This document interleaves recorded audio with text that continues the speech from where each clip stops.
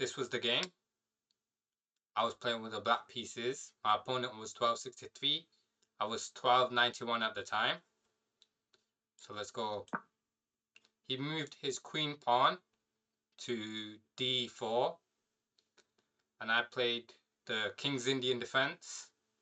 And I moved my knight here. Then he progressed this piece. I chose to progress my pawn here to complete the King's Indian. He's just continuing to progress in pieces. I fianchetto my bishop with the next move. Then my opponent plays bishop to d3. I castle after this. My opponent pushed this pawn, which at the time when the game I was playing live, I didn't understand why he went there, but he just did.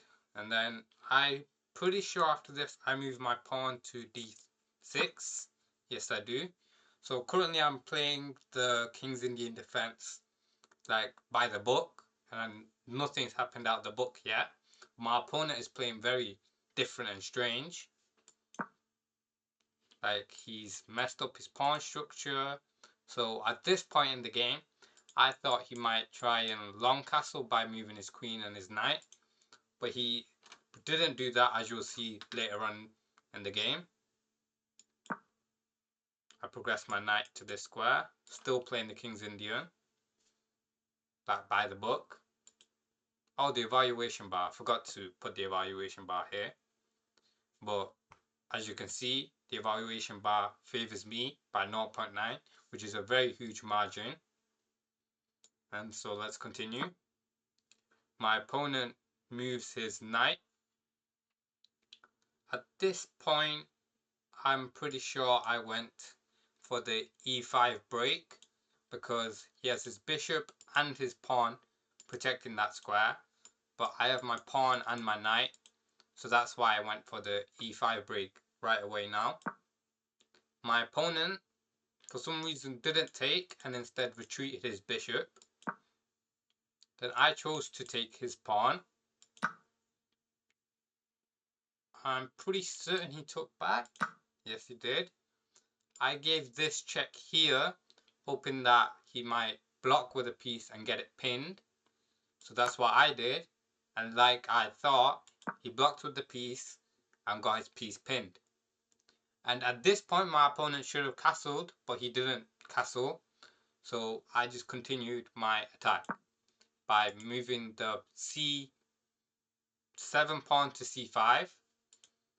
My opponent didn't take and moved his queen. I still don't understand why he moved the queen there, and even the evaluation bar has dropped quite a bit for white and it's gained a lot for me as black. So this move was another mistake from my opponent. I took his pawn. The evaluation bar fluctuates here. I'm not sure why, but it's still an advantage to us. My opponent moves his threatened knight. Apparently that was also a wrong move, and I got my advantage back in the game. I traded the knight, and then I moved my knight here so I could attack his bishop and still keep up the pin, kind of. My opponent at this point, I strongly believe, should have castled because his king's in the center and is in a lot of danger because the center is currently very open and my rook has that entire file under lockdown. My opponent retreated his bishop. I took the bishop because I was up material by one pawn, and I felt that if I traded into an endgame, I was in the better position because I was more active on the board and his king was in more danger than mine. So he took the knight, and at this point the evaluation bar dropped even further. I moved my queen here to give this check because I knew he couldn't block this way, and I was hoping that he'd maybe block with the queen here and then I could trade the queens get the king off the back line, making him unable to castle, and then just start very aggressively attacking him. But he didn't do that. He moved his king. I was a bit surprised at the fact he moved his king, but it was probably the right move. I don't think he should have traded the queens. I decided to protect this pawn because it was under the attack of the knight and the queen, and so my bishop currently protects, my queen protects, so the pawn is safe. My opponent moved his rook here, so I knew he was going to try and trade the rooks. That's the feeling that I got. So I just blocked that, and I wanted this trade here, so once we traded I would have a strong center. But at this point the evaluation bar has dropped significantly and it went back nearly to an equal position, but 0.8 is still a very high number, so I'm still in the advantage. My opponent didn't take, but then that left me the decision of taking here, and I chose to do it. He took with the knight. This position I've lost basically majority of my advantage, and it's a very more even game, and so I traded the rooks. At this point I still thought I was winning, like very clearly winning, but I didn't realize I wasn't winning as significantly as I thought. He's just traded back the rooks. I moved my bishop here to block the rook's open file. Okay, and then my opponent just randomly moved the a2 pawn to a3.